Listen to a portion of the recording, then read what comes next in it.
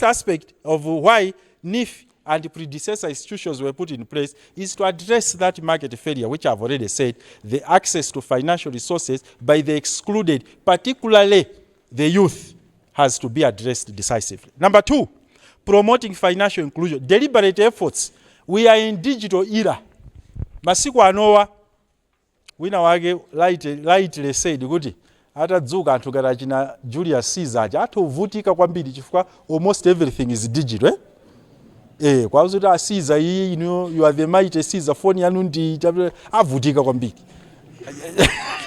They would rather send somebody per horse akapereke utenga ku Hebron ndi Judea kuti zimwele zachibwana sitifuna ya. You see those type of things, eh?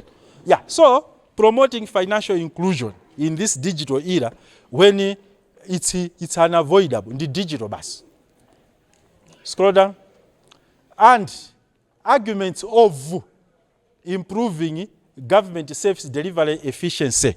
So key sectors zimene boma limadalirapo for economic growth, for delivery of social services must have adequate actors in there, and these actors must have resources. That's why kwa amene mwakhala mukutsatira kwambiri nkhani ya NEEF, agriculture being a priority sector is enjoying unprecedented resource provision by government so that it catalyzes this important sector so that the economic growth and social development is realized. Scroll down. Now, what is the vision for NEEF? NEEF, ndibwelezeso, is the National Economic Empowerment Fund, NEEF. Its vision, therefore, building on the background I've given, the reasons why government looks at it as one of the panaceas for transformed approach to economic growth and development, seeks to be an all-inclusive microfinance institution in Malawi, a preferred and an all-inclusive microfinance institution. Inuyo mukamachoka kuno ku college, muzingodziwa kuti kunja kuno kuli NEEF. You would opt for NEEF and you would be assisted by NEEF. That's what we call being a preferred and an all-inclusive. Its mission to economically, not socially, not politically, not whatever, but economically empower ordinary and underserved Malawians. In fact, ifeyo akale tikamapita ku secondary school mena kukhonza English, ndekukhonza English iko it meant kuti timachita study language what we used to call 𝐾𝐻𝐸. I don't know kalipo masiku ano amene mula languages literature. To economically empower ordinary and underserved Malawians, particularly women, youth, and persons with disability through the provision of quality, affordable, sustainable microfinance services. To economically empower ordinary and underserved Malawians. That's the main clause. What type of clause? Adjective clause. Qualifying the noun ordinary and underserved Malawians. So,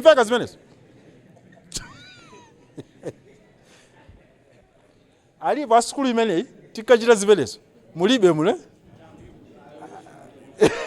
iya primary tikapanga izi primary chasa college kunali zina zovutirapo. Yeah, so nkhani ndimene yoyo, the gist of the matter is to economically empower who? The ordinary and underserved. Zikuveka nkhani imene. So the message, key take homes, mukamachoka pano pa college mukamapita kunjaku kwa amene mukumaliza posedwa apa ngakhale amene somwina simnamalize tikambirana kutsogoloko.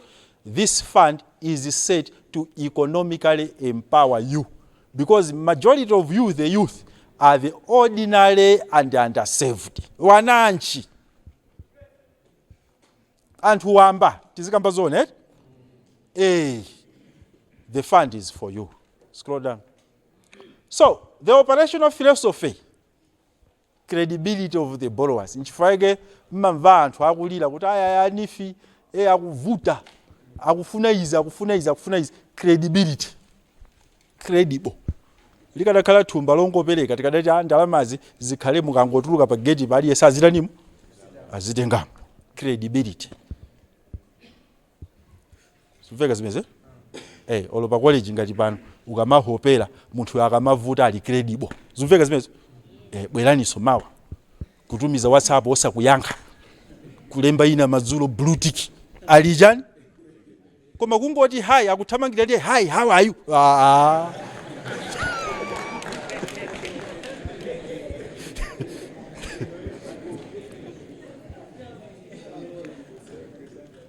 Prioritization of medium enterprises, because medium enterprises are catalysts for job creation. Because they get notable amounts of resources, they produce notable amounts of goods and services, and therefore they need notable amounts of employees in their institutions. So, my youth think that if you want to venture straight into mediums, I know what to kufuna na LUANAR. Auti mwambo pangati ma hand plows kandi ma tractors. Mwina ndamu basi si inusu. I think I get it. Yeah. So those are medium scale enterprises because they have the potential to create what? More jobs. Entrenchment of entrepreneurial skills in the borrowers by encouraging cooperatives. Ziyalima kamba zija. Panopa we are going en masse in terms of promoting enterprise. Moti ziyalima kuti ngongole zathu za micro irrigation za ulimi wantilira. Tayamba ndi anthu 50 to 100. Not anthu awiri atatu or 10. 50 to 100. Because we believe they are taking a form of cooperatives at the earliest stage possible, so that kutsogolo kuti kamapita with other value addition processes with those groups which have laid a solid foundation in as far as production base is concerned. Entrenchment of entrepreneurial skills in the borrowers, support partnership. We believe in partnership. Ndikamba kutsogolo LUANAR ndi NEEF, we are in partnership. Mumodzi muli mphamvu chifukwa mwenye business ya mwenye singafe, they believe in partnership. Singafe osati ife uoneke doloweka kulibeko zimenezo. So we are encouraging the same spirit. Finally, diversification of product base to ensure that the fund accommodate entrepreneurs from diverse sectors of the socio-economic fabric. Tugamba kuti jani, every time timakhala pansi ndikuona what is going wrong and what is going right. That's why we continuously come up with new products. On a lighter note, the best team in the world, Real Madrid, season they continuously and routinely look at all the sections of the team. Where did we go wrong and right? Nchifukwa chake waja sizidzachitika the whole season opanda oloka trophy olokonyenyeka. They have the Super Cup, they have the what clubs cup. They have those too. Koma sawerengere iwo pamene ena atatenga zimene zija anthu sagona mtauni.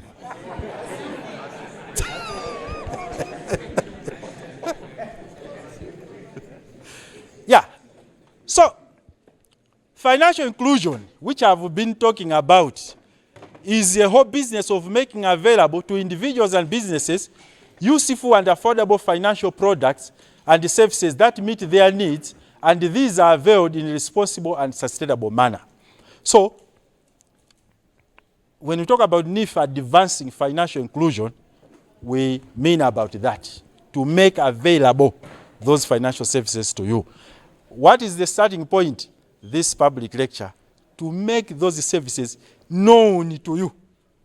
After making them known, to make them available to you. Scroll down. So, tikakamba mitundu ya ngongole imene ili ku NEEF, mutakuona kuli mitundu yonse ya ngongole yankwananguwo muleke na achene. Dress according to jani? To size. Mbuyo mkunali oyimba wina akiti Davidson Matafale amene njimbo yankwananguwo muleke ni achene. Zonena zake ndi nzeru zake. Mwana wa Mlungu mkango wa Yuda. So tili ndi zimenezi ngongole za chinyamata youth enterprise, strictly for you the youths to go into entrepreneurship, starting with as low as 1 million to as much as 60 million. Those are the terms, 24 months the repayment period. Yeah, so if you are a group, that's that. If you are individual, 5 million to 30 million, then my interest rate. So you can see there is a whole range of loan products. A whole range of loan products. Zimene tsiku loti tifotokoze tikhoza kukhala nalo tsiku. Kwa iwo tsopano amene atiitana mwapadera-dera. Iyi ndi evangelism, umalalikira kwa onse kutembenuka kuzoyipa. Koma kwa amene avomera Khristu mbuyeyo amakuitana ni mwapadera, tichimvetse chinthuchi nchiyani. So kwa iwo amene aja ndeti zakamba zambiri. Tumvala mene kwete? Yeah.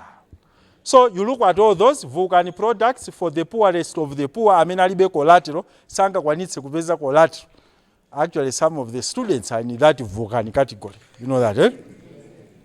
Livestock, especially for here Bunda, farm input loan, these are for any fed production. Agribusiness loan, these are for agriculture related enterprises. Kamuzifuna muzitenga mazira pena nkwajulukitsa nkukata itsa kwina zituka zimenezo. Livestock production, strictly to produce livestock. If you are maisaza amene matinga kuno livestock imati yani makosa amene animal science. Mufuna mujoge kuno mukayambire tu straight kumaweta mbuzi kumakhala nazo 1000 2000 noka tipeze. Osera animal science nkumakaphunzitsa 𝐿𝐻𝐿 padzuka.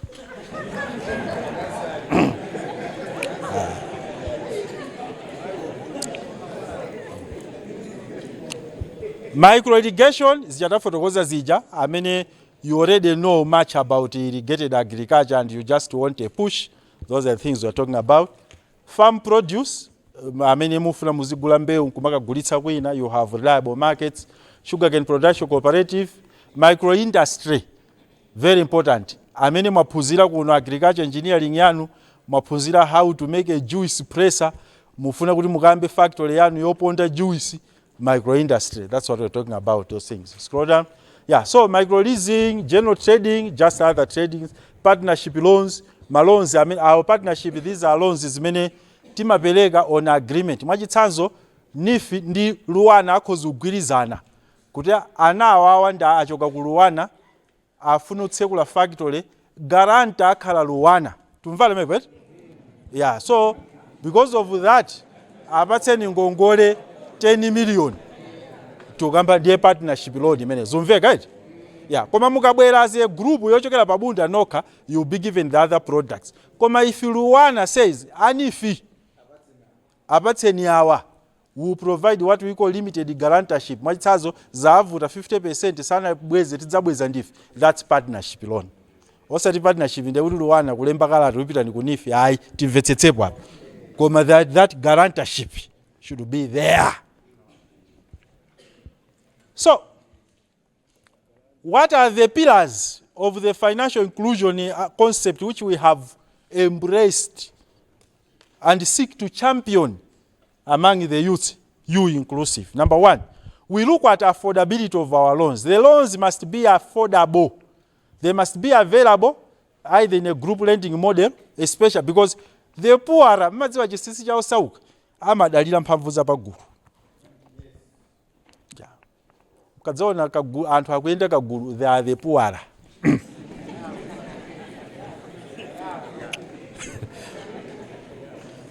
Yeah, it could be, as you are saying, Yaro, because you know why?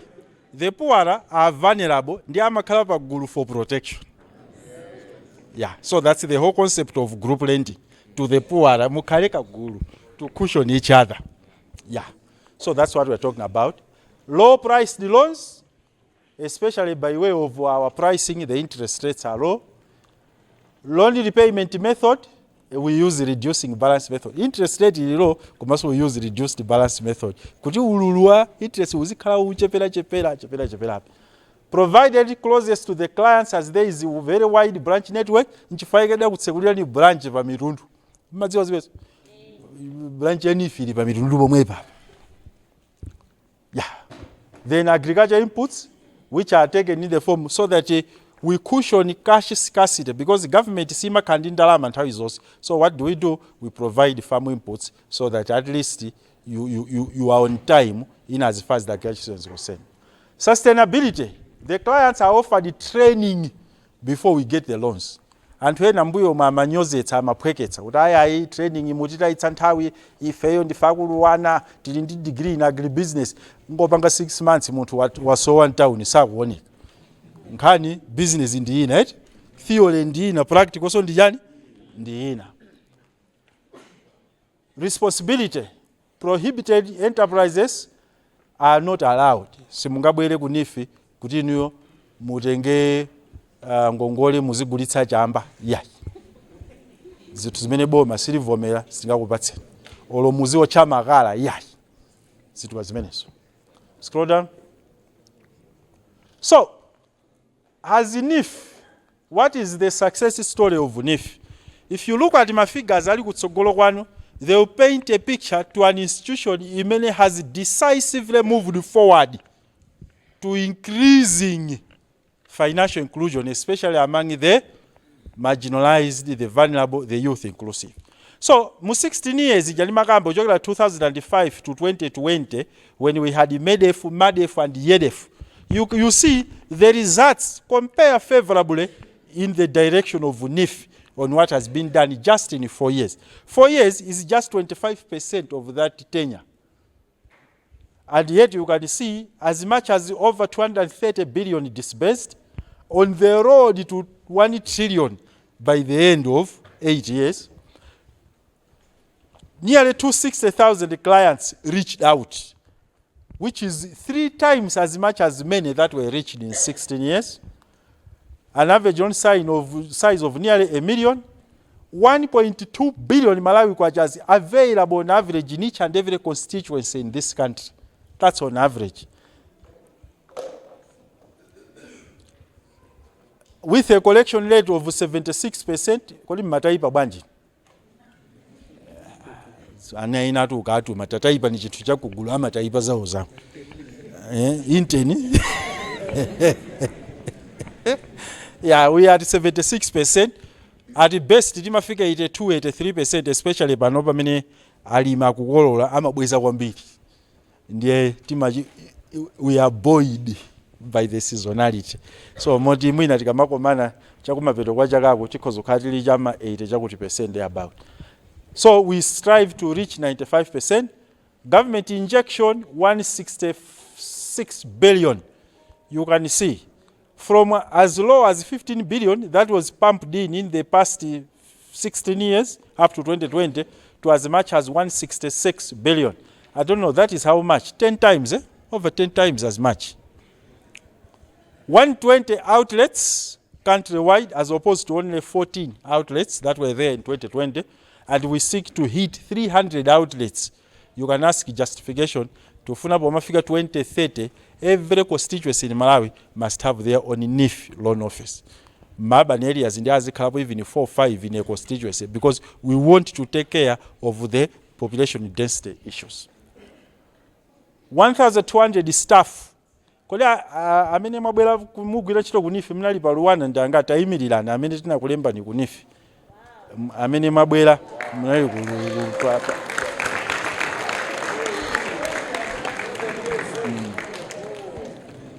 yeah, so amenewa chifukwa mwina mukhozo maona ngati Luana imna yamba ndinu awa analipo maona amenewa ali kwathu amenewa. So my ancestors yanu amene mwafuse kuti zimayenda bwanji nthawi yanu koma inaso mwina nkuteka anakusiyani pompa. So sukulu yawo inali yophweka.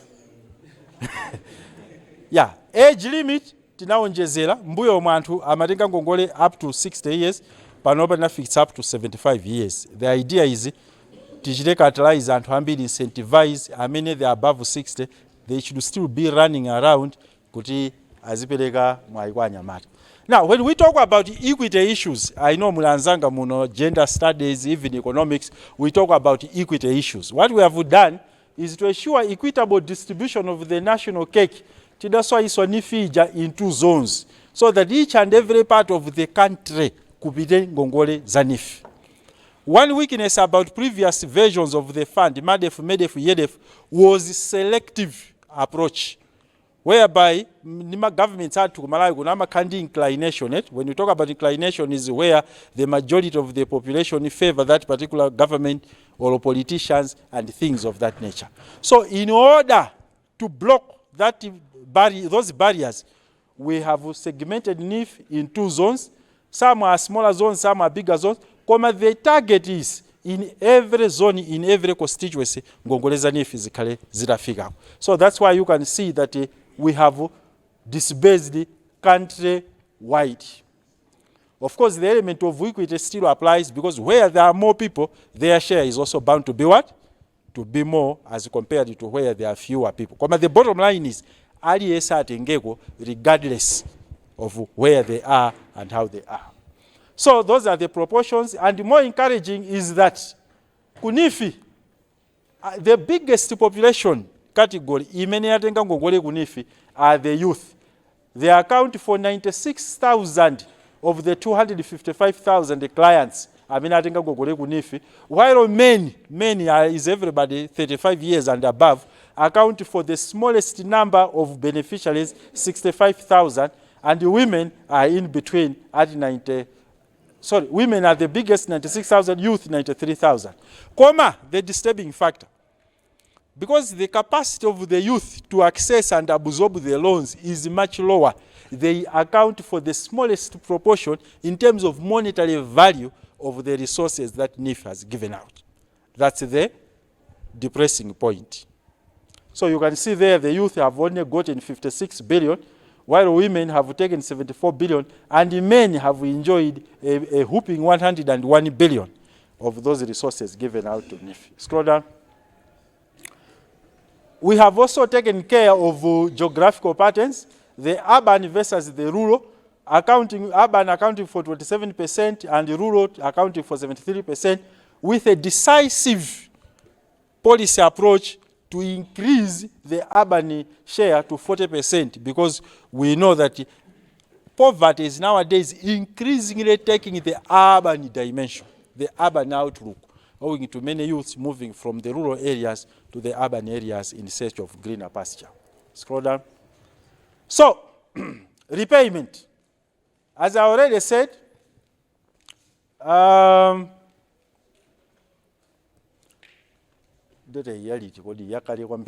anyway, the best repaying, there are some zones that are doing extremely well in terms of repayment.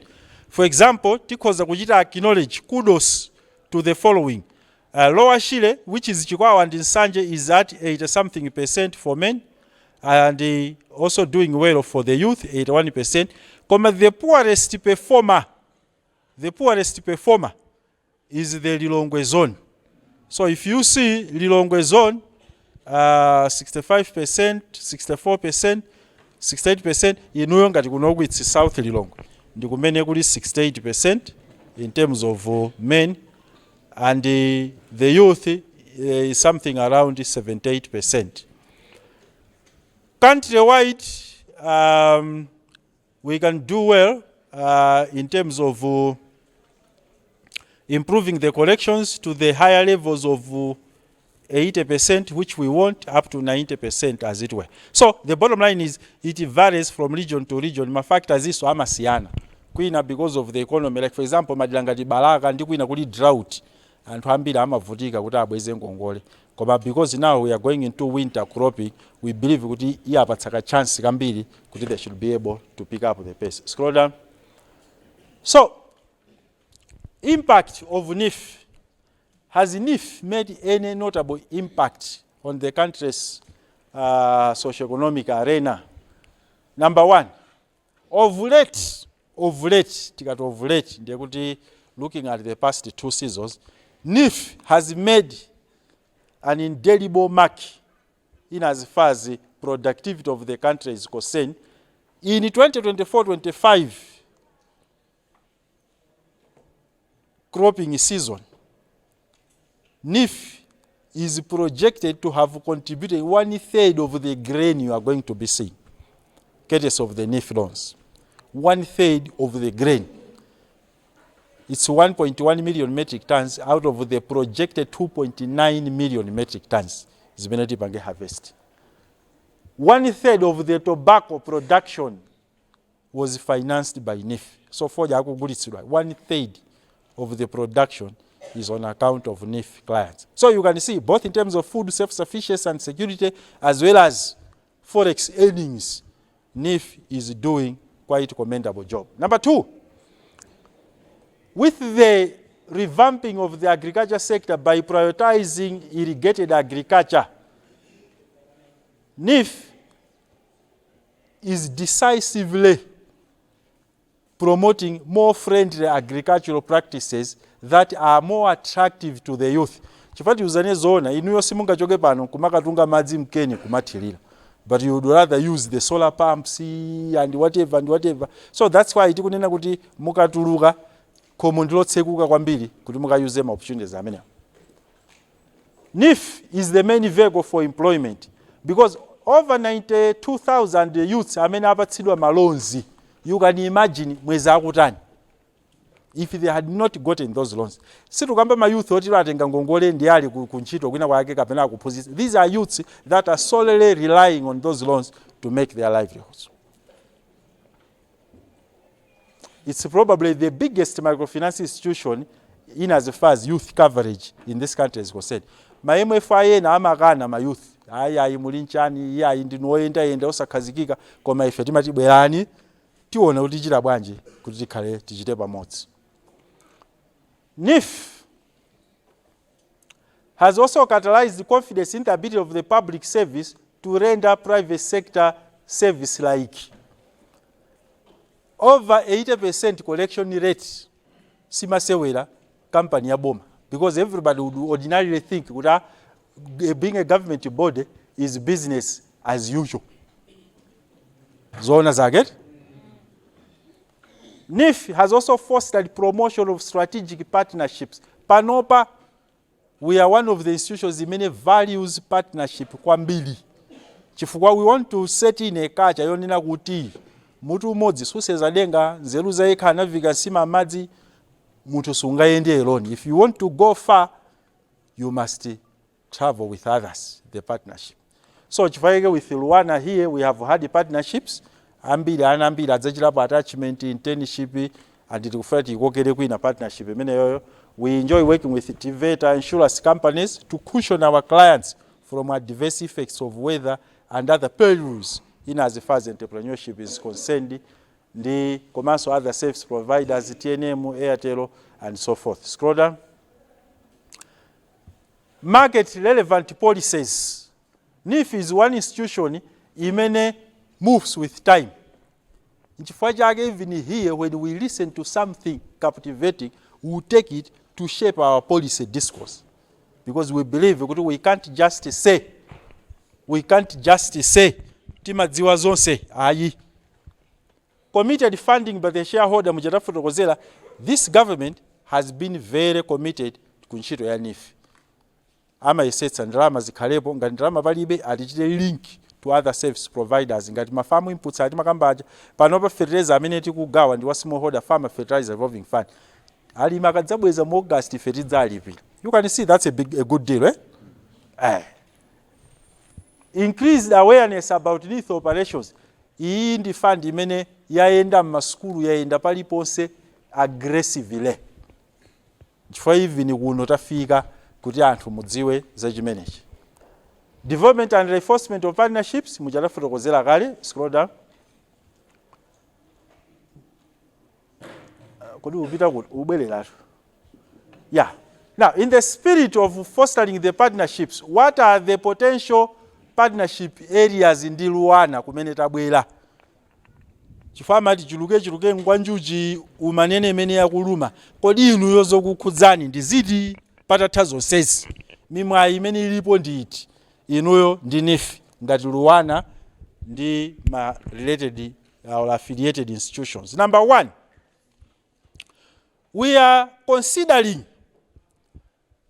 I'm using my words carefully,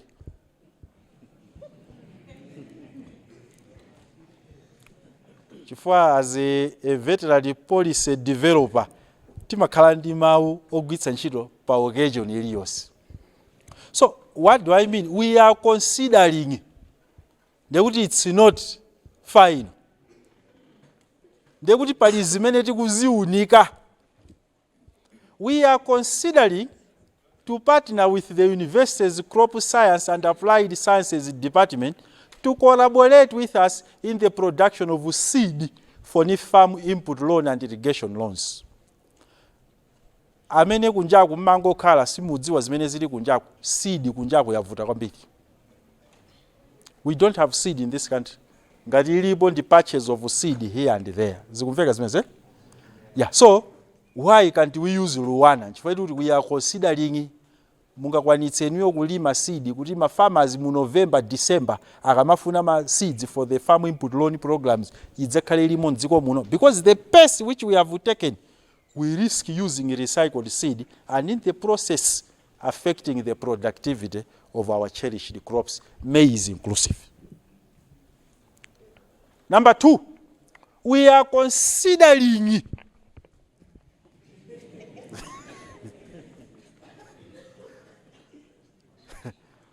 utilizing the agriculture engineering faculty and its students of LUANAR to manufacture simple plants and equipment to be taken by NEEF smallholder farmers. I do not know ngati faculty engineering alimo muno.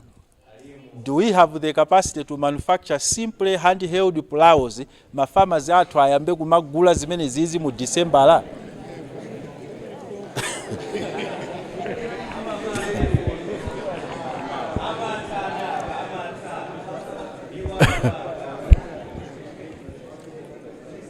Now, that's why, remember, that's what I said at the beginning. Kuti, you are the generation that can make a difference. It's easy, timapulawo ititi, akupaka ni machina kwa njewa. And they are taking all the money, ndikugula forex, ndikutumiza kwao. Ifeyo, tikungo khalabe chonchi. So, take seriousness in whatever I'm proposing here. Even in the seed. Because panopa ngati seed tu makatenga ku Zambia as a country. Something all terribly wrong with us. Nidziko limene somebody said, even if mutatenga Barack Obama or Trump, situmvuta kwambiri, because mindset ndiyotani. We are considering provision of finance to potential entrepreneurs that graduate from LUANAR with little guarantorship by the university, because it requires little what? Guarantorship. is also faculty kozulipanga payoka or as a university. You understand that, eh? Yeah, so that's why we are considering. We are also considering provision of only job training opportunities for students from the university. I think ilamba kali tukambaza attachment aja ma internship tikumapeleka kwambiri zimene zizi. So we want to extend that more to other faculties. Mwachisazo ngati animal science. Because we want to make the livestock loans more vibrant than ever before, and that provides opportunities for anzatu animal science. Muzika puzitsa alimi mawetedwe ambuzi, makamidwe ankaka wa ng'ombe, mosa ononga bere la ng'ombe, zinthu zimene zonso.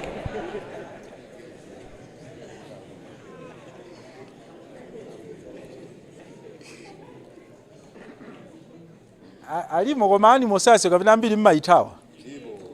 Yeah, so that's what we are talking about. That's what we are talking about. Moti Mr. Mweta, take note. Our director, Dr. Tiwone.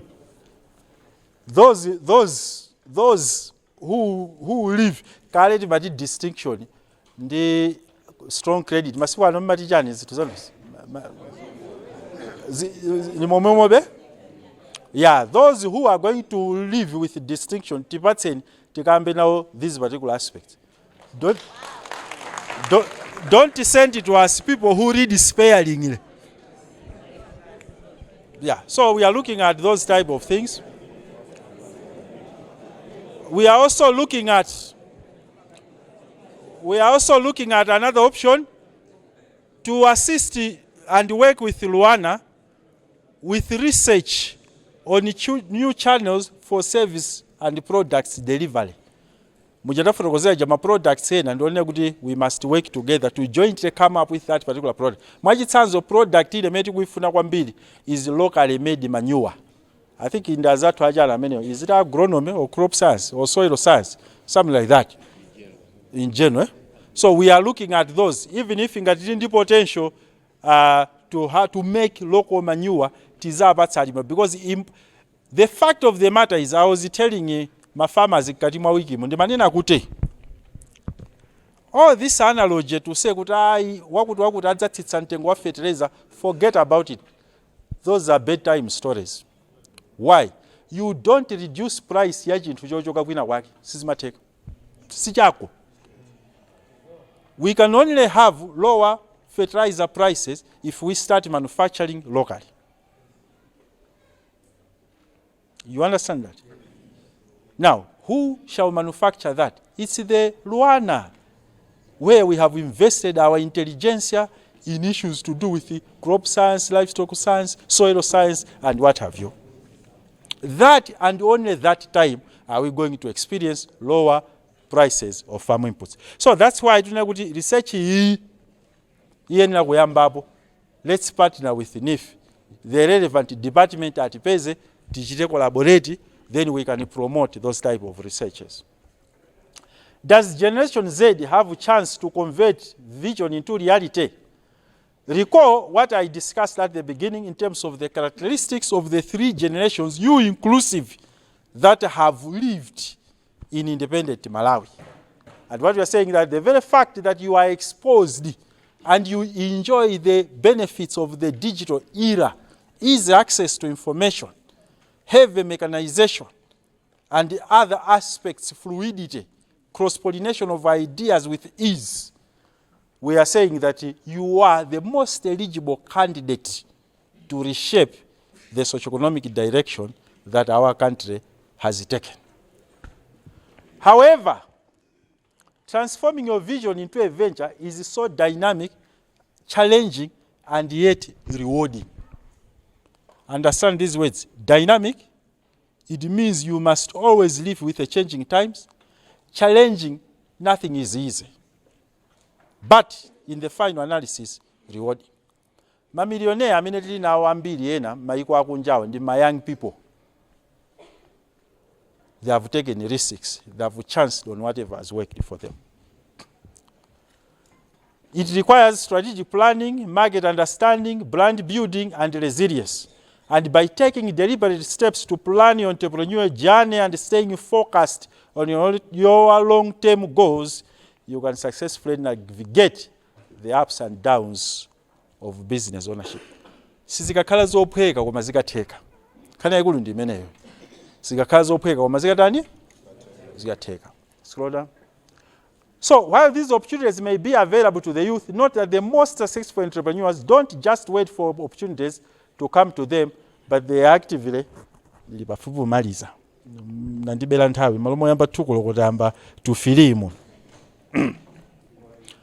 Don't just wait for opportunities to come to them, but actively create opportunities. Zumveka zimeze? Can we be creators? Not those towing the line, conforming and being mere consumers of what others have already developed. We must be creators. We must solve real-world problems and lead with passion and purpose. And as we continue to craft entrepreneurial path, let's keep our vision at the forefront of our journey and let it guide towards success. Scroll down.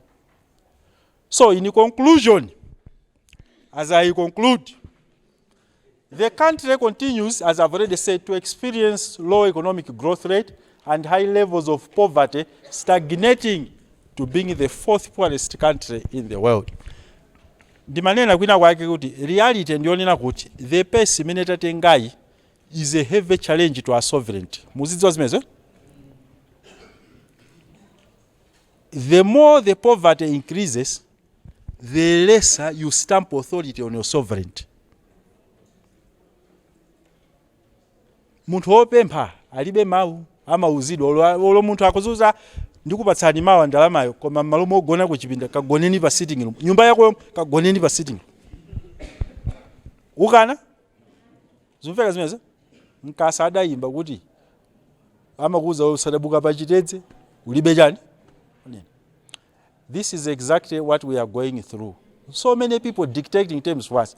The recent postponement of the ECF is largely on account because we are poor, we can't, we try to stand for our values. You understand that? If we were saying it would have continued. But is that the path we want to sustain as a country? Bowing down to everything on account of poverty? We must rise up and challenge the discourse. Unemployment levels to continue to remain high, as I've already said, especially among the youth. The job market cannot absorb you all. It's a reality. Mukapita kunjaku ndi maganizo oti mukadikira kulembedwa ntchito wena mukakhala 10 20 years. Now mutuluka muli 25 muyikepo 10 35 zomveka zimene ndikuti zekhazi tuzotani zochedwa kwambiri. However, there are financial services from NEEF to give you a relief so that you can venture into entrepreneurship. And despite the pressures of information flows and frustrations that you are already familiar with, we should always have hope that come 2063, Malawi shall remain or shall have achieved the enviable status of a prospering nation, enjoying increased agricultural productivity and commercialization, urbanized country, as well as industrialized one.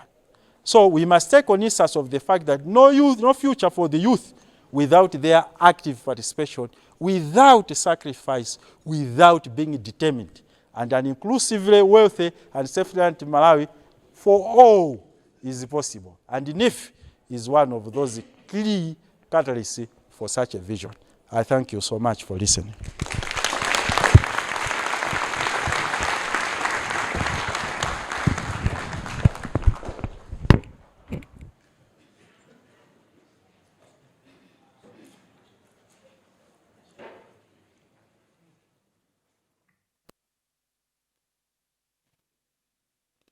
Wow, where do I start from? First of all, let us apologize for the mic.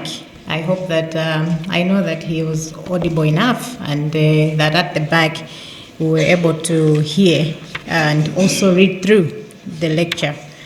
It's really been an exciting session for me, learning all the things that from experience to practice to success. So overall, this has been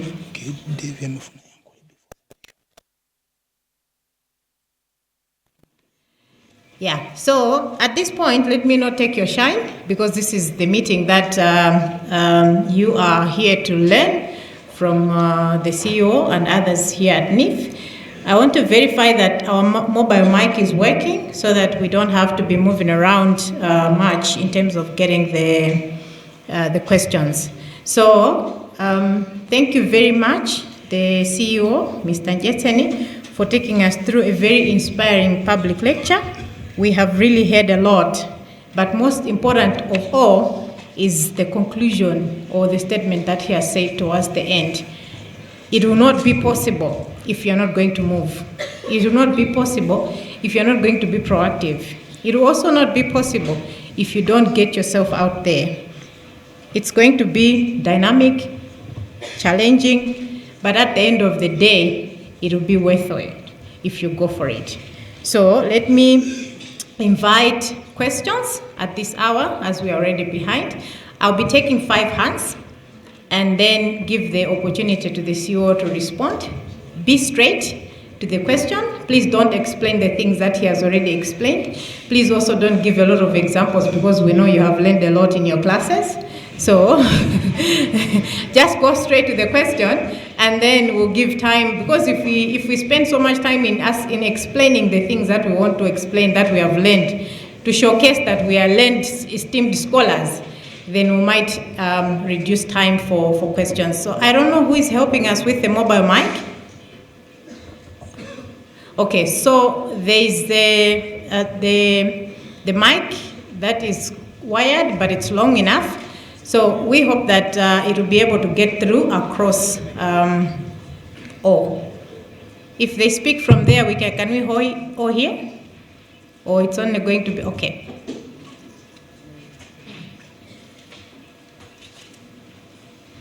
All right, let me have hands. So I see 2 hands. I'll start with a gentleman in white, and then a lady, and then the one raising in t-shirt at the back. And then I have 2 hands here. So that's 5 hands. So let me start with...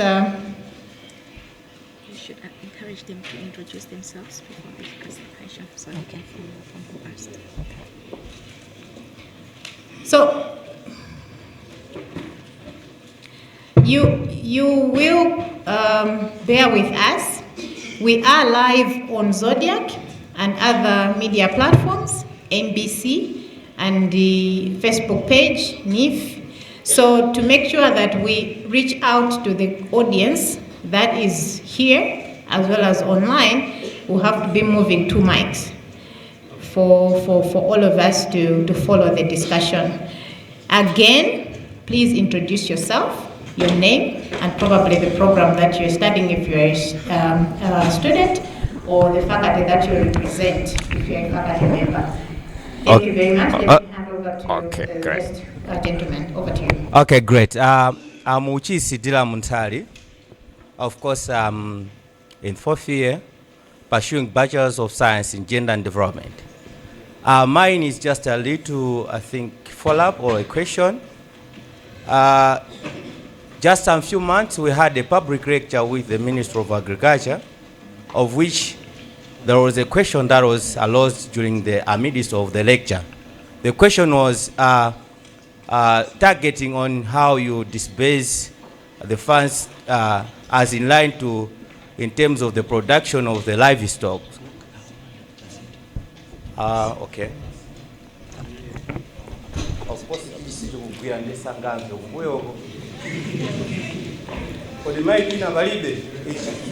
we apologize for that. Can you be loud enough? Can you emulate what the CEO was doing? CEO was speaking and people were able to hear. Please raise your voice. Okay, great. My target is on the production of the livestock. To say, in terms of this disbursement of the funds have got, I think, a limited period that someone has to repay. So if you are looking at the livestock in Malawi, like if you are producing like the cattle and the like, they are long or lifetime, or you can say a long time production, of which if we are into like the loans that they were stated there, I've not seen a long period that maybe someone, if has accessed the loan, is able to at least access it to the line of livestock. What are you doing as the NEEF to accommodate those who are trying to pursue livestock production, like if you are looking at the cattle production and the like? Thank you very much. Can you pass on the mic? Yes, the lady in white.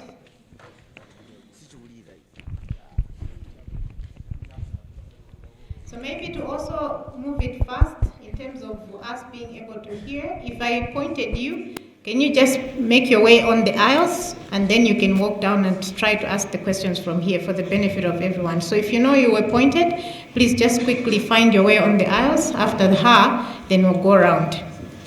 Yeah, go ahead. My name is 𝐻𝐿𝐻𝐻𝐻𝐻𝐻𝐻. I'm not a student here. I learn at UNIMA, third year, doing economics. I have 3 questions, and I'll be straight. How are you balancing the financial inclusion and financial sustainability? Because we're talking about lending to the Gen Z, as the theme suggests. So how are you balancing the financial inclusion and sustainability? Because this is a high-risk lending. How are you balancing that? The second question is, what metrics does NEEF use apart from the measure of success of funds disbursement figures? What else do you use as the metrics to measure how much you are progressing, whether it be business growth or long-term impact? Do you use those metrics? And the last question is, we know that Gen Z is more comfortable with technology. So how is NEEF leveraging digital platforms or mobile technology to engage the Gen Z more effectively? Thank you. All right, thank you very much. The next hand was at the back. If we can send it back this side. The next part there, yeah.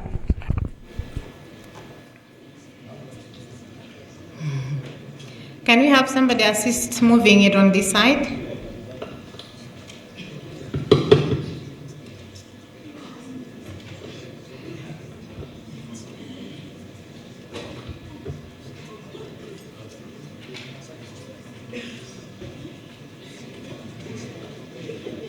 So the ones that have raised their hands this side, can you just make yourself available in the aisle so that the next person is able to speak easily? Yeah, go ahead, you can speak from there.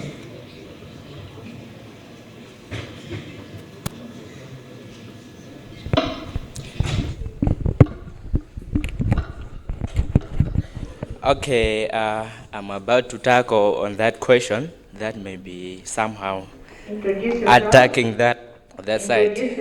I'm about to. Okay, I'm Leston Mbewe. Leston Mbewe, studying agribusiness management in my year 2.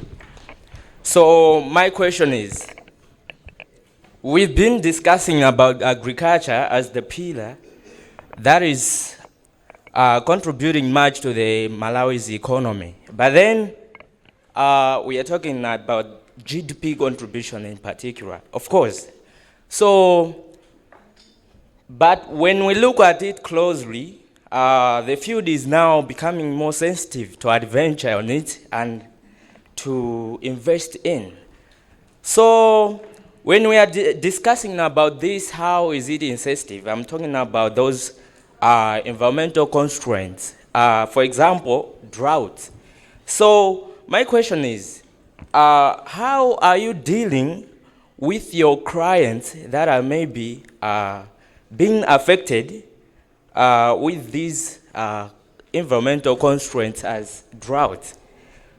And what are your percentage efforts to the expensive sustainable measures when we talk of the pumps, as you mentioned? I've never seen that those records of you, like how you've been dealing with those people that are being affected. And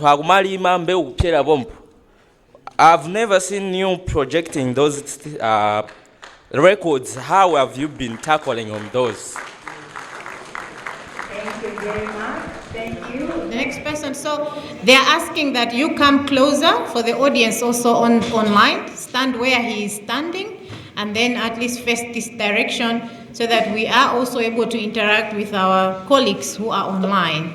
So the next person, please come, stand closer and then face this side. Yeah, go ahead, introduce yourself. My name is Ruben Kajingwe. I'm doing agricultural enterprise development and microfinance.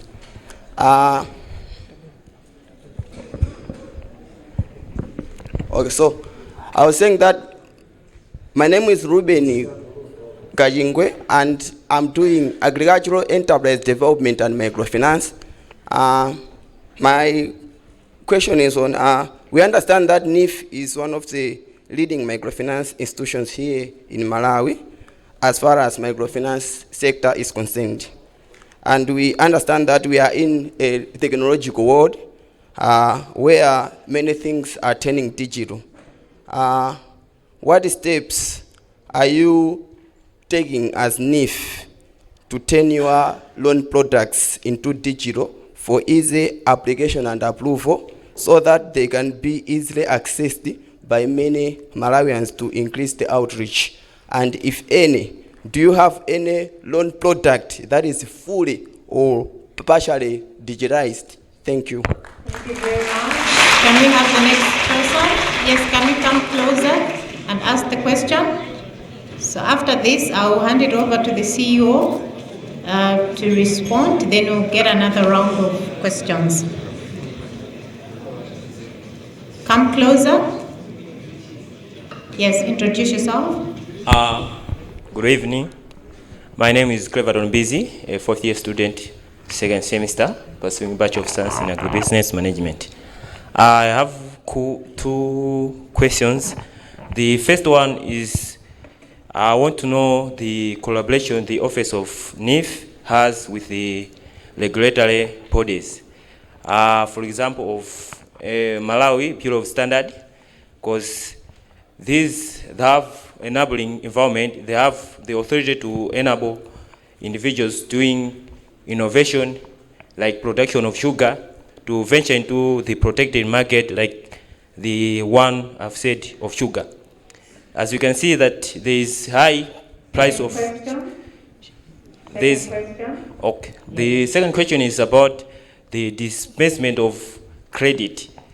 I have chatted with a lot of the beneficiaries of NEEF. They have said that whenever they apply the loan, it takes time for them to receive those loans. So they have said that speed is really necessary for development. How does their office pursue their responsibilities to achieve with the time of disbursing the NEEF credits? Thank you very much. Thank you very much. Let me now invite the CEO to respond to these questions. Then we'll take another round of questions so that we can see how far we're going to end the day.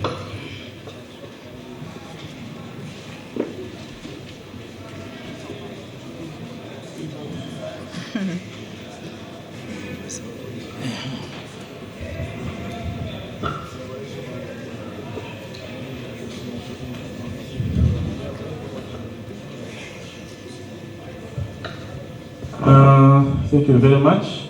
There are a number of questions which I want to tackle.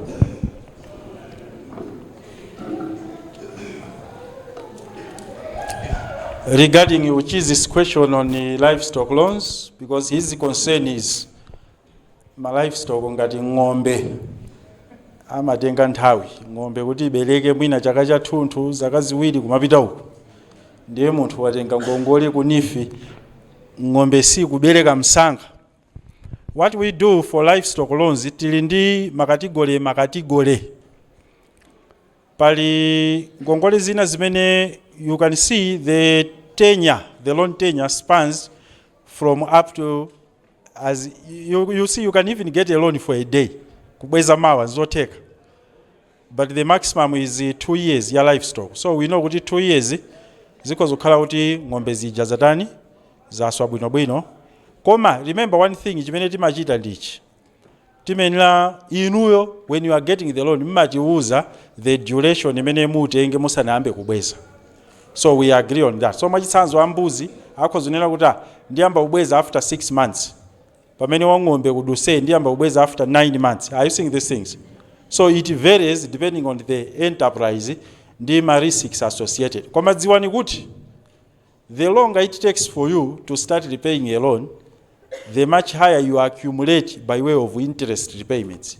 Because using the reduced balance method, it charge the outstanding principal. Now, if the principal remains long for 9 months and it tampered with by way of repayment, interest jema zakhala yambiri. So you should understand also, that's why anzatu our faculty, is it enterprises and whatever, would understand better what I'm saying. It's not always good for you to take a loan ya long maturity period because you now suffer kumbalia interest which accumulates on account of the unserviced interest repayment as a result of the untampered principal. There is that flexibility.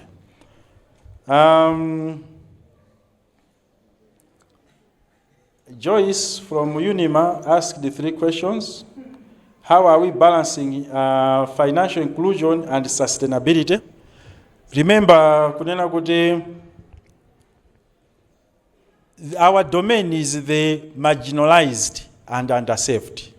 Because you cannot talk about inclusion when you are reaching out to the already well-served. Then you are living your own dreams. Now, sustainability of the fund, well argued, rests on effective or repayment records. In Chifwajage, we use various models. Like, for example, they are the vulnerable groups. Tima user approach, would make us reach out to them well and mobilize them tisata ilile koma kalebe connected to us. So the Grameen model advocates for group lending approach to the marginalized is the one that has proven to be working. So you can see kuti munthu osauka sakhala ndi collateral sakhala ndi chilichonse. What is the alternative? Akhalepa gulu azilimbikitsana. And they can even put what we call group collateral. So group collateral can loosely be pieces of land owned by the group or some common asset owned by the group which can be pledged to NEEF. Kamene kakabe kamakhala ka safer option in terms of our security as it were. Komanso more importantly, if you can see, anthu awawa approach yathu is intensive. Tikati intensive, ndekuti timamba di training. There is no way you can come muntu wakati gole yi osabangidwa train. There is no way we can give you a loan without monitoring you. So nthawi zina mdzamva anthu anifa atiyendera nthawi yobweza ngogolesi inakwane iyayi nkungoona kuti odi muli moyo simudamwere mowa ndalama ziji. So those are the type of things. Even when it comes to the period for repayment, we even encourage, we follow. Komanso tima use ma approaches aja ngati restructuring to answer zijana fusa ena kunena kuti masiku ano kuli zambiri climate change ndi zina zotero, people can fall worse off. Tima use refinancing, restructuring, rescheduling of the loan repayment. These 3 areas so that we still move ndi anthu athu aja kuafika kwini. Zikafika pa last resort, imene we talk about collateral confiscation. Ndekuti we have done everything we would have done. Ndekuti munthu yoyo wafika posa teka povuta kwambiri. Koma those cases are becoming less and less severe as we move, learning more from our clients. Measures of success other than disbursement levels. Remember, I did not use disbursement levels when I talked about the KPIs. The KPIs zimene ifeyo we measure success is impact on the economy. Remember, we have 3 objectives: impacting on economic growth, job creation, and entrenchment of entrepreneurship spirit. So, under one, economic growth, for example, this year, 1/3 of the grain production is from NEEF. That's a good measure of success. 1/3 of tobacco production is from NEEF loans. That's another measure of success. When we talk about 250,000 Malawians given loans, it's a measure of success. For that's job creation. By the way, maybe I didn't go that deep. Panoba, as it stands, job creation in NEEF has exceeded 1 million jobs created among Malawians. How? 250,000 Malawians, Alandila Ngongole, that's if primary jobs or first tier of jobs.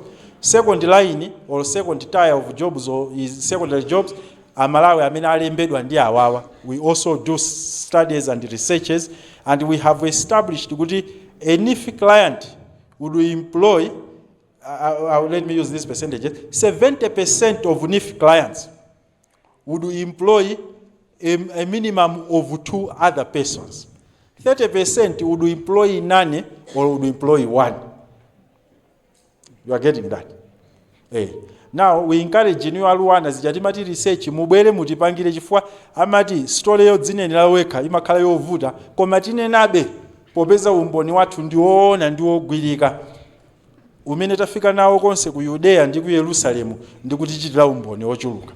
So izizi zikuchitika. In fact, there is one farmer who took a loan from NEEF which financed 20% of all his capital investment this year. Amene analemba thousands of others. Koma witima atenga amene economics as outlier. So tizitenga awawa amene ali within acceptable margins. So these are the measure of success. Yina ndi retainership. If more people keep borrowing from NEEF, mwatenga ngongole yoyamba yakuka nkhani mwadzatenga, that we have entrenched in you what we call enterprising spirit, because mukukhala bendi chidwi. So as many as over 70% ama clients NEEF ndi amene they are on a retainership basis kuti anatengaso 2-3 years ago akunkabe na apita chitsogolo. Amene sitimalola kutengaso ndi oti tinavutika nawo sana chite zolongosoka. Koma anavutika showing signs of potential to grow more, tima apatsabe. So that's why we account for 70%. Your last question is, how is NEEF leveraging on technology to reach to the Gen Z? We are a pro-technology company. Chifukwa nova, our recruitment, tangomaliza, tinakutagula new system, yochitira business, timati banking system. And among other things, to feed data into this CBS, we are recruiting our clients digitally. Mota anambili akunifi muzabeza nditwa ndima tablet akuchita capture data. So we are calling real-time data capturing so that it reduces the time for loan processing. That said, full digitization is going to still be a long way to come about, because in Malawi, studies done by Macro and others have shown that as many as less than 30% of Malawians are digitally included. Tukamba izizi ndiye kuti manthu akumidzi aja ndangati ali pa ma smartphone chanchani ambiri kamose walero kaja. So you can't say awawa, we can successfully integrate them into the digital platforms kuti tizichita process all the loans 100%. Amene panopa tukwanitsako pang'ono to process. Now answering question yana fusa wina kuti do you have any products zimene they are 100% digital? I would not say 100% digital, koma 90% digital. Then my employer supported loans. Achati madula ku masalary aja amene ajawo samativuta, because muntu wangu otipatsa ma details zake atumiza electronically ifeso tingompatsa mapepa la pang'ono oti ngofilabe pang'ono angutiko chidani koma tathana akangofila mapepa la amenewo zina zonse zimangoita electronically. Salary timangodula uko ikamalowa kayazilira ife tingoduliratu pajapo. So I would say we are moving on account of this being an inherent challenge to fully digitize the country. We cannot say we have successfully made any of our products 100% digital. We are moving in that particular direction. Nafusa kuti agriculture as a sector is sensitive. Sensitivity, especially to climate change, it's true. Actually, ambili amene they are into agriculture production, amadandaula kwambiri. This year, we had so many farmers affected by weather. Drought, dry spells, komanso pest attack inali yaikulu kwambiri. tinaphunzirapo, because in 2023-24 season alimi ambiri anakomana ndi zimenezi. What did we do in 2024-25 different? Tinachita introduce mandatory crop insurance. Mandatory crop insurance kuti anthu azikhoma crop insurance imeneyi. Koma alimi ambiri anadzadandaula kuti ayi mutipweteka, because insurance is an expense imene you can either benefit from it or not. So musapange ikhale mandatory. Ndiye tinadzakhwefula mkati mwa ndime, koma zapezeka kuti bena achidwa affect. Ndiye chaka chikubwerachi crop insurance is going to be mandatory. What do we mean by crop insurance? Crop insurance imene we are going to make it mandatory, imene inali optional panopa, tima two types. Timati on yield and on loan. On loan ndiye kuti ungopanga insure loan yokhaija mwachitsanzo watenga 2 million ku NEEF, ndiye kuti insurance company idza kulipira 2 million plus interest, iweyo you come back to the old base, nothing. Yeah, on yield, which is more lucrative but very expensive, the insurance imene you will insure even the projected yield and the monetary value associated with what you wanted to yield. So imene is the best. However, it's very expensive. Imene alimi ambiri amaika nilatu.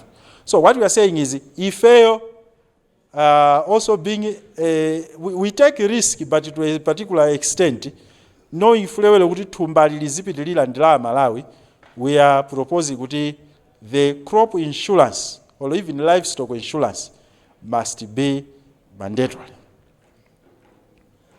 Another aspect to make it inclusive, going back to you wakuyunima, ndionena kuti panopa NEEF for the first time tayamba kuvomera even livestock as a form of crop collateral. Panopa ndithu ng'ombe zija zithu khala collateral for loan imene ungatike ku NEEF. Zimene mbuyo musizimatani sizimachitika. Now, how is this an inclusiveness approach? Because katundu ambiri amene amalawi amakhala naye, amene traditionally mabanki ndiye nasanga mvomere, ndi katundu amene coincidental amakhanda anthu ambiri. Ena inu mundivomereza mmidzi anthu akatali ndi katundu ndi mbuzi, ng'ombe, nkhuku. You can't say kuti collateral tufuna mukhale mutibweretsere Toyota Corolla ayitenga kuti. Land zambiri zimakhalanso zopanda matitle deed.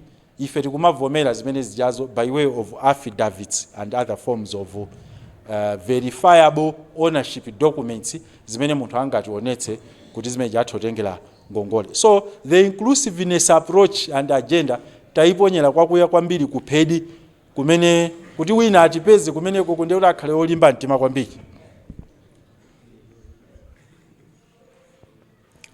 Now, so effects of success in terms of mitigating my risks awawa kwa ma farmers atu, we can comfortably say there are respectable percentages, because mjira fotokozera mujangati last year ma farmers amene kunkhota kunali ma floods kusalima ndi kwina, almost over 70% ya ma farmers amene anachita register that tinapanga compensate. Chifukwa nawo zijananena zija sana pange insure zinthu zawo, koma amene anapanga insurance wonse 100% napanga compensate. This year we have already received preliminary figures ya ma farmers amene they want compensation by way of something around 4 billion kwacha imene kufunika apange compensate ma farmers, but our insurer is looking into them so that we can begin the compensation process as soon as possible. So be assured, my insurance it benefits indeed. Koma titsindike kwa amene apanga ma insurance oyenerera. Chifukwa you can't take insurance ya moyo wako, timati life cover, kuti iweyo imene idzalowa malo mwa crop insurance. Ayi, chifukwa insurance ya mbewu imene ya on yield or on loan timanena ija is separate. Koma iweyo utamwalira timachita cover ngongole imene ijayo chifukwa you have taken life cover insurance. Steps taken to turn around into digital, I think it ankakale zimenezo. Koma fusolomaliza ndilonera kuti any collaboration between NEEF and regulatory bodies. If ndiye timachita collaborate kwambiri ndi ma regulatory bodies.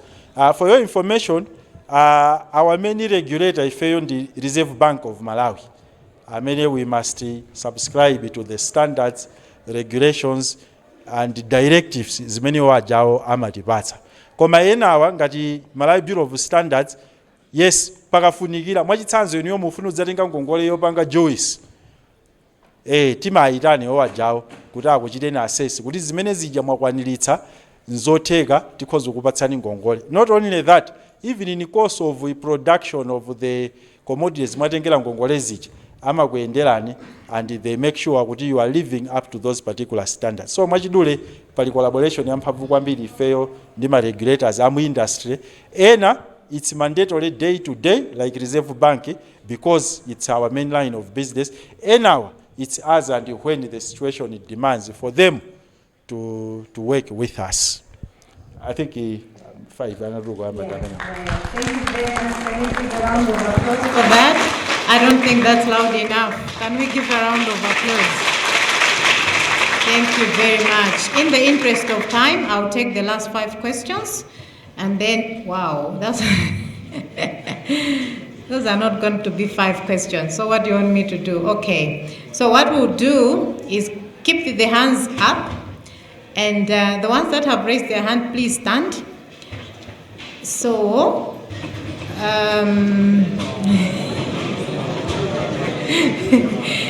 okay, so what I would do is I'll give each one of us, if you're walking out, please don't stand so I'll give you 1 question, and if you have more, please ask 2.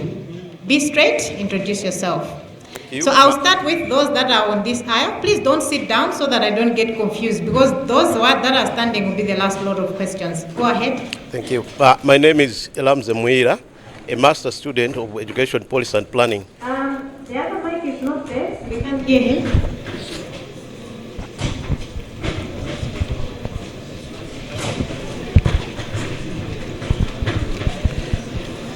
Okay. Should I? Okay. Yes. My name is 𝐿𝐿𝐻𝐵𝒐𝐻𝐻𝒐𝒏, a master student pursuing education policy and leadership. My question to the Chief Executive is concerning some political pronouncements which are maybe made during political rallies, where maybe the youth, even other people, are encouraged to go and get loans from the NEEF. Considering that this year is an election year, where people can just come to NEEF to ask for loans if they are not even serious, because they have just get the message from the political rally, they'll rush to NEEF to collect the loans. So my question is, how is NEEF assessing? Can we settle down, please? Okay. Let's settle down. How is NEEF assessing the seriousness of these people who are coming to NEEF to ask for loans? Considering maybe anything can happen in September, we are saying these institutions in most cases are attached to political government. Now when there is a change of government, definitely these loans may die out. So as an institution, how are you trying to sustain this important institution so that people repay the loans which they get from the institution? Thank you so much. Thank you. How are we making sure that there is no political interference, being an election year? The next person. So the 2 that are on this side, can you please come already down so that we ask the questions? All right, I will ask 𝐂𝐥𝐞𝐬𝐻. Dzina langa ndine Menadi Lichosa. Funso langa ndiloti mukupangapo chani pa ma challenges amene mwakumana nawo chaka chino kumbali ya ulimi. Mwachisazo alimi ena amadandaula kuti fertilizer amapatsidwa nthawi yochedwa, chimanga chambiri chitawonongeka kale. Nde kumbali imeneyo mukupangako chani ndi ma challenges ena onse amene mwakumana nawo as NEEF. Thank you. The next one. The gentleman at the back. Good evening. My name is Inocentia Legera, studying agriculture and applied economics in my 2nd year. My question is very simple. The CEO talked about 3 pillars of NEEF, mainly affordability, sustainability, and responsibility. I will center much on sustainability. I really want to know what strategies does NEEF implement to ensure the sustainability of its agricultural loan programs for my fellow Gen Z farmers. Thank you. Thank you. My name is Donalisa Bawindo, doing Nutrition and Food Science, 4th year. My question is centered on women. Your stats are showing that men are the most people who are getting the loans. So I want to know what initiatives have been put in place so that you can balance the numbers? Thank you. Okay, thank you very much. But the statistics say that the women are more, but they are getting less of the share money. Go ahead. My name is Thomas Chirwa, pursuing Bachelor of Science in Education. I'll be directly to the question. Okay, for us students as undergraduate or after graduating, we can not say that we have a collateral which you can offer to be granted a loan. So for students, what exactly measure do you take for us so that we can make a decision to make that easy for us, so that if we can say this is a collateral we need for someone who is just after just graduating, because we can say that for example, according to me, I cannot say that I should offer this phone or I should offer the laptop for it to be granted to me. No, but all of even a group of students, what a collateral do you need exactly for us? Thank you. Yeah. Thank you very much. The next question. My name is Dominic Fixon, Bachelor's of Natural Resource Management for FIE. Kulingana ndi statistics mene munaonesa ija, imaonesa kuti pa central region pano ku Lilongwe ndi kumponera ku anthu atenga loan kwambiri compare ndi ku Blantyre. So anthu amakamba kunena kuti this loan is aligned with the political. Anthu amene amatenga loan iyi amakhala kuti they are aligned ndi chipani chimene chikulamula anthu amene. So tenga ndi ma tribalism zimakhupidwa kuti pa central pano are aligned with the MSP compared ndi ku southern.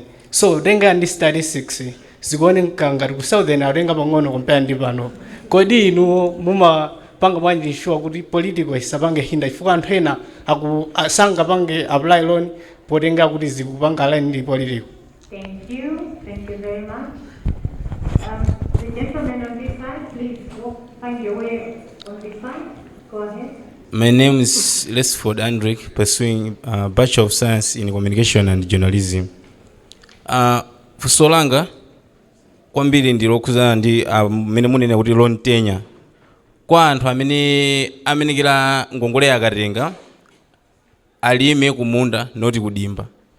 Ndiye nkupeza zoti ngongole zapatsidwa zakumunda zitalimidwa kale say April, ngati in terms of tenure ndi nthawi imene alandira ngongoleyo ndi imene amenekera kuti ayambowerengeredwa kapena adikireso next season ngakhale katundu yapatsidwa kale.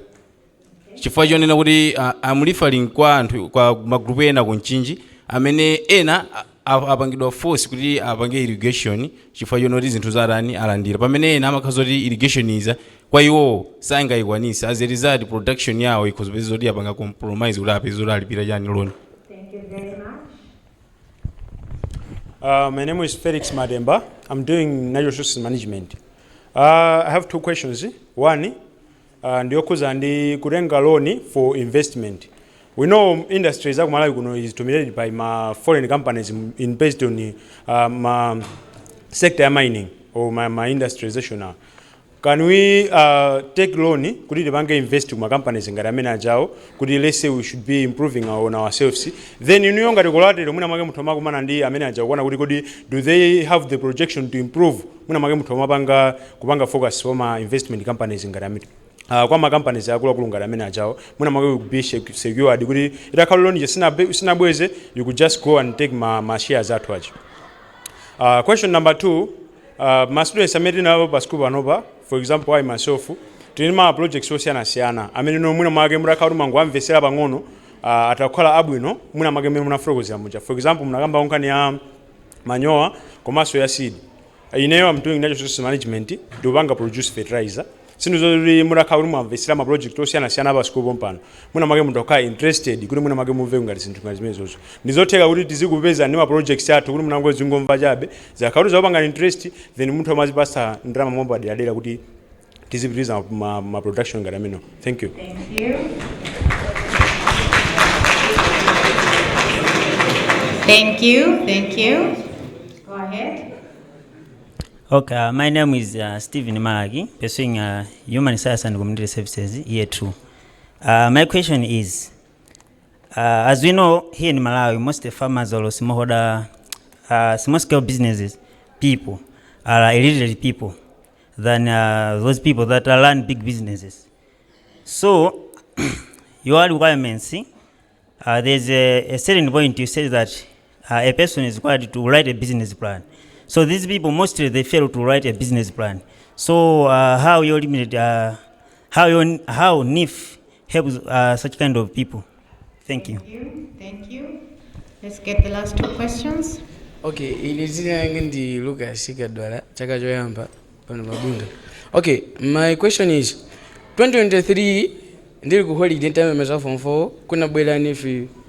I'm basically So explain straight and go to the question. yeah, kulimbi kuna bwela NEEF. So they were asking people good, you know, if they want loan, they should pay 50,000 according to loan yomakufuna. Komana ntosana ende jani sana ende loan. So ndimafuna kufuzo know, are you still doing this and why do this? Yet and tosma basasa loan osi. All right, thank you very much. Last question. All right, I'm Pato Misoya, second year pursuing crop science. I was much focused on the statistics that were given on how distribution of the funds is like going on. And I noticed with the question that has also been asked, in prevention to these rumors that are spread throughout kunena kuti the NEEF is somehow political. Ndimomwe munabwera ndi strategy chayonena kuti you should just have this vision kuti in a particular time, in a particular period of time, mukhale kuti each and every constituency is having your branch. So ndimangofuna ndifunse kuti is it like it's for how long that have you said that for this vision should be covered, and which methods are you trying to use that in that particular period you will have it, you will have the branches settled in every constituency? Yeah. All right, thank you very much, and thank you everyone for coming forward to ask your questions. I will, in the interest of time, and I will kindly and humbly ask the CEO if I can give him 10 minutes. I know he can speak as late as we can, but in the interest of time, in the next 10 minutes, he can respond jointly to the different questions because some were similar, and then we conclude at that. Over to you, CEO. Thank you.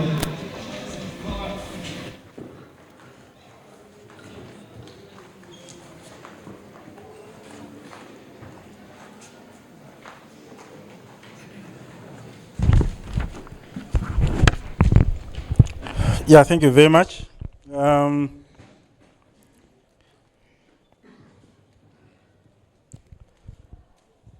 Mr. Ngwira wanted assurance that there are political pronouncements being made, and these political pronouncements might affect assessment of the quality of clients otenga ngongole ku NEEF. How are we going to achieve equality? Mwina boma litu sintha according to Mr. Ngwira. Tilindi laid down procedures and processes for recruiting clients. Sititenga kwa ndale kuti awa apatseni ngongole lero awa msapatse ayi, tilindi set and lay down procedures and policies. Andale ntchito yawo nkuchita create timati awareness. And my MP and my ministers, they are at liberty to do that, to create awareness kwa anthu. Akoza kwa uza anthu awo kuti katengeni ngongole ku NEEF, koma that does not mean kuti munthu uja akabwera ndi kuti atenga ngongole. They have to be assessed like anybody else. So we wanted to allay those fears. Kuti NEEF does not get instruction from any politician kuti awapatseni ngongole awapatseni awamsapatse iyayi. We have enviously set standards and safeguarded our business in that particular respect. That notwithstanding, these loans are for every marginalized Malawian. Muntu yakoza kukhala area chairman kumudzi kwako koma ngati ali marginalized and qualifies to get a loan atha kutenga ndithu.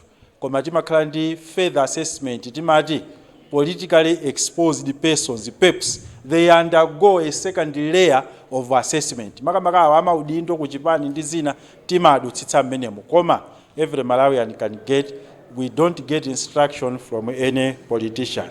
Politika nthawi kanga nkochepa mwina limeneli nditero.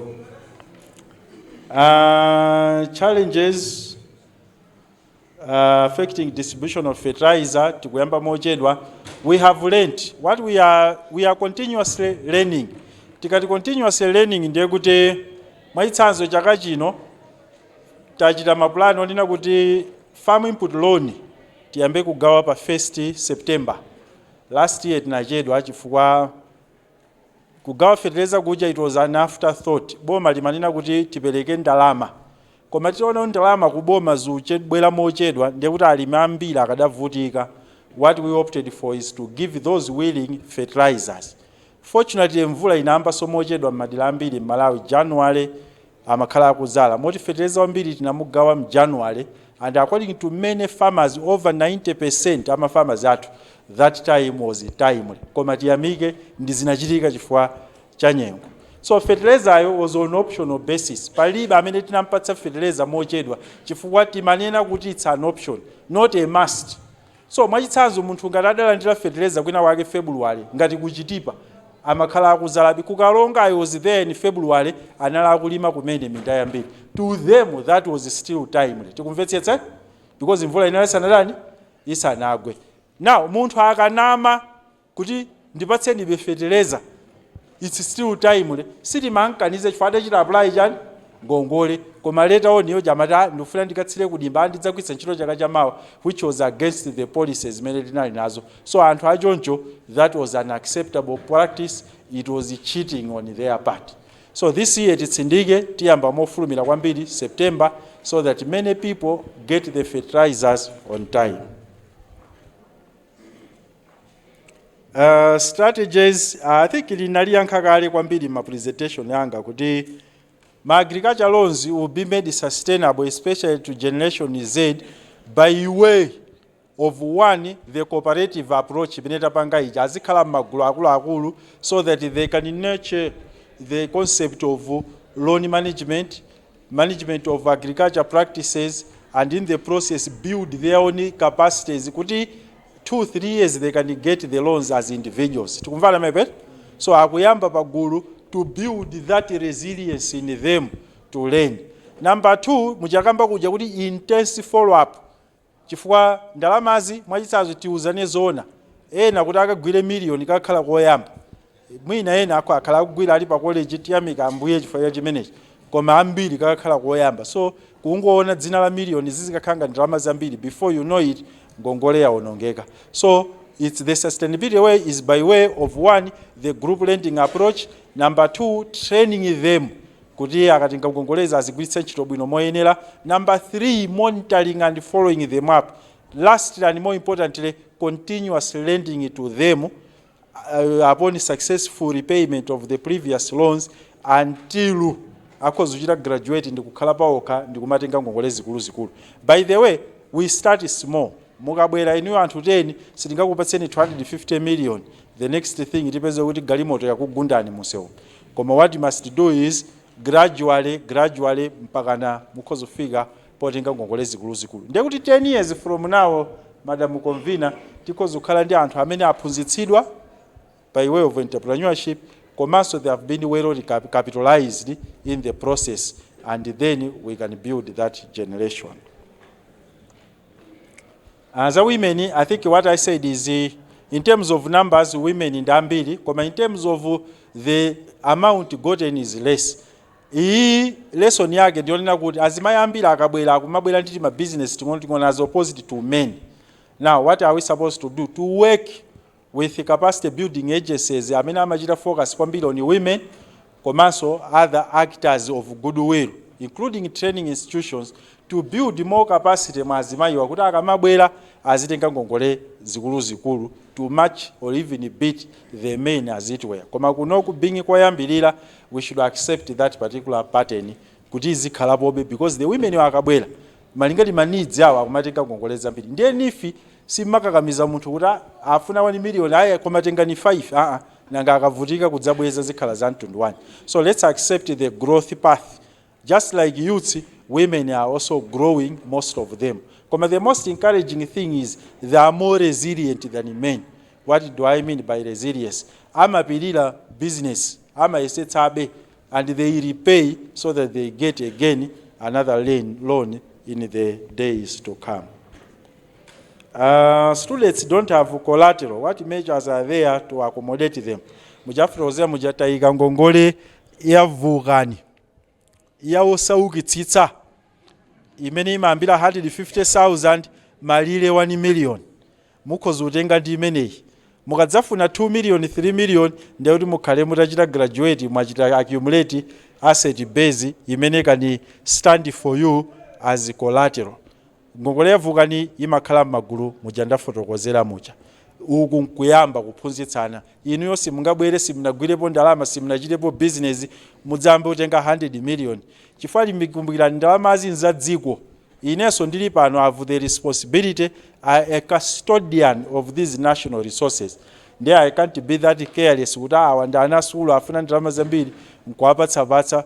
The next thing iboma likafunsa ndalama zili kuti andapatsana akulu wana amaoneka very business minded koma sakubweza ndiye kuti tsopano simudzamvaso msanga zaine except kuti milandu ije yapita kumaula judgment lilero munthu uyu wabetsa ndalama za boma. So it's a balance, right? Yeah.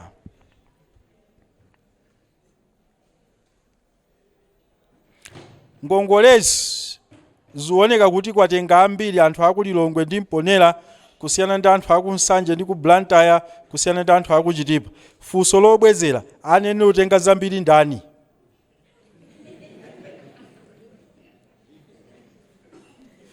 Nakasiti yavila anene utenga zambiri ndani chifukwa chiyani?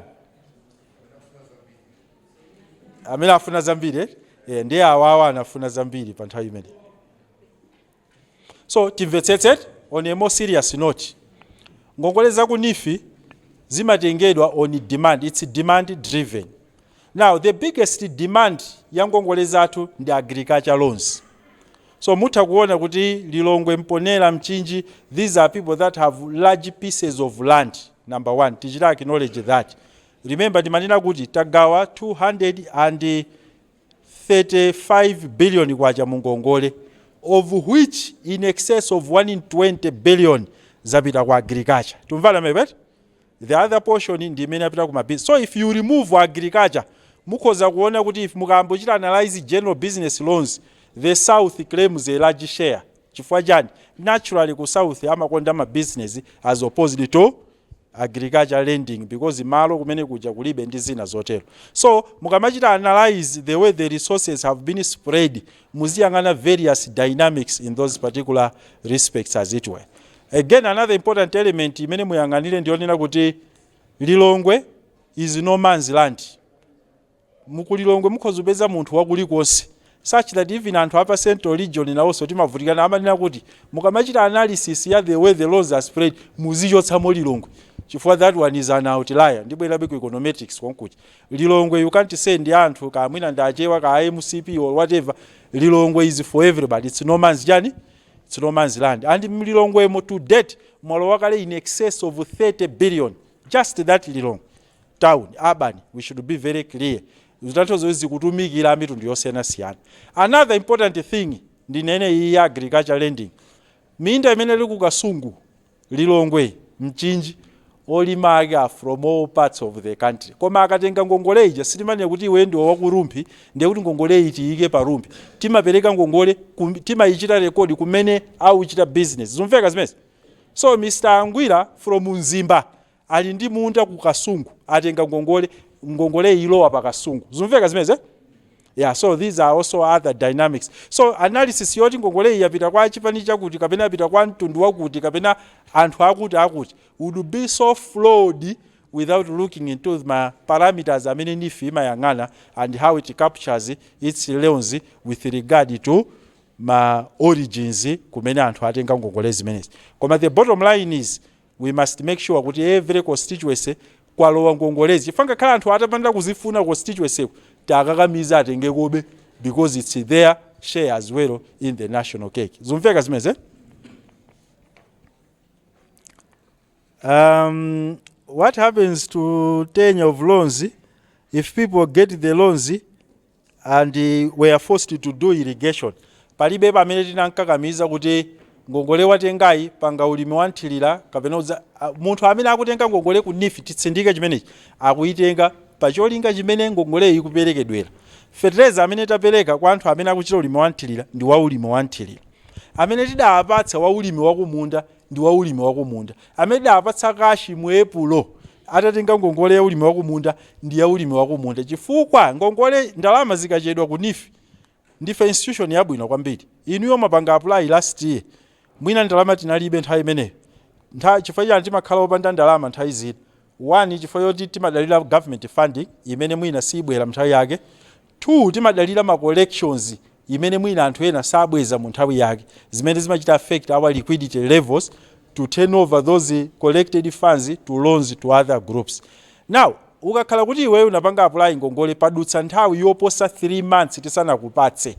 Timakufunsa, are you still interested? Ndiye umayankha, yes, I'm still interested. Koma napempha 2 million, mundionjezere ikhale 3 million because of inflation, because of ma factors ena onse amene achitika ku economy. That's how we do it. So, munthu aliyense sanganene kuti NEEF yampatsa ngongole imene sabweza satani, timakhala kuti takambirana kuti panali ma factors awa inachedwa tikupatse. So it means kuti munthu mwachitsanzo tinampatsa ya ulimi wakumunda yo malire ake ndi September kubweza ngongole zipezi. Ndiye May wabwera kuti amundipatsebe ngongole ichi timafunso mukachita nayo chiyani chifukwa ulimi wakumunda unatha. Ayi ngongoleyi ndikagulira masaka odindira foja ndiye timadziwa kuti foja wake sakagulitsa December agulitsa June July yomwe. Ndiye kuti ife ngongole ija timudulira malire acha omwewa a June July yomwe, koma interest ikhala yotsika chifukwa pachatina kuti interest imachira charge per month ndiye kuti ikhala yotsika. Pamvetseka bwino apa.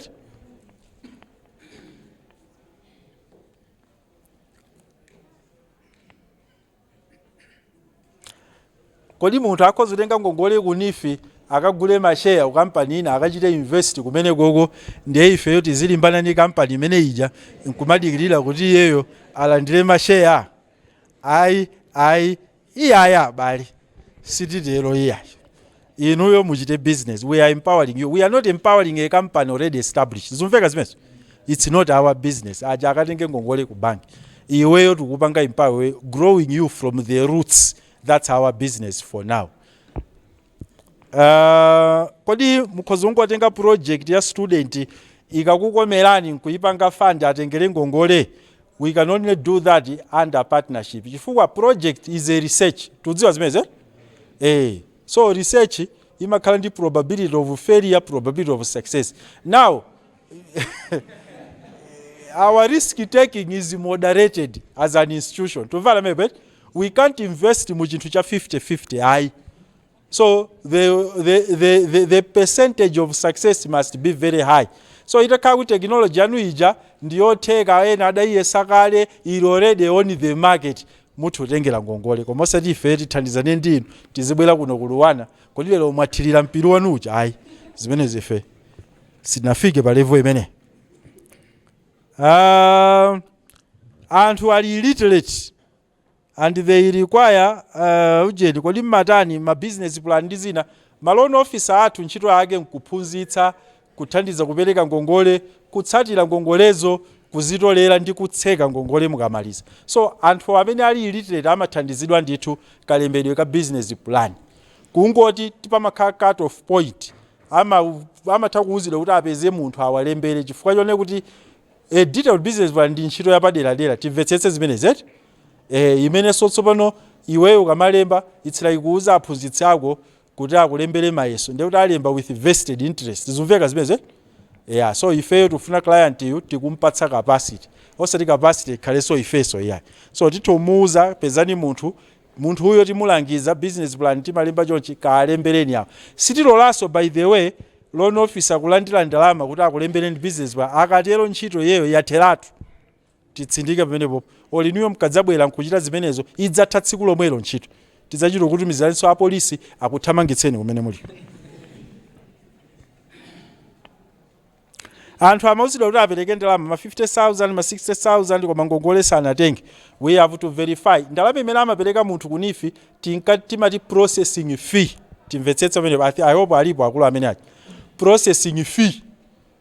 Koma masiku ano chifukwa cha umphawi ya anthu makamaka ngongole za ulimi sitimachaja processing fee, timangoichita timati grossing up as a part of the load imene atenga ija. Zumveka zimene chifukwa ambiri disama zimvetsa ena aso amachedwa kupeza ngongole kuti akasake processing fee abweretse zimativuta. Ndiye kwa ngongole zambiri masiku ano fees yo sitidachotse ikumakhalapo koma tikumaichita gross up. Ena akakhala business akulu amati amudule ku ngongole yanga yomweyo. Zumveka zimene koma munthu wadzatenga 1 million tizidulaponso timangoti it's part of the loan. Ndiye kuti 1 million mwatenga processing fee inali zingati 200,000 ndiye kuti khanga ti 1.2. Zumveka zimene kumapita chitsogolo like that. Funso lomaliza munafunsa kuti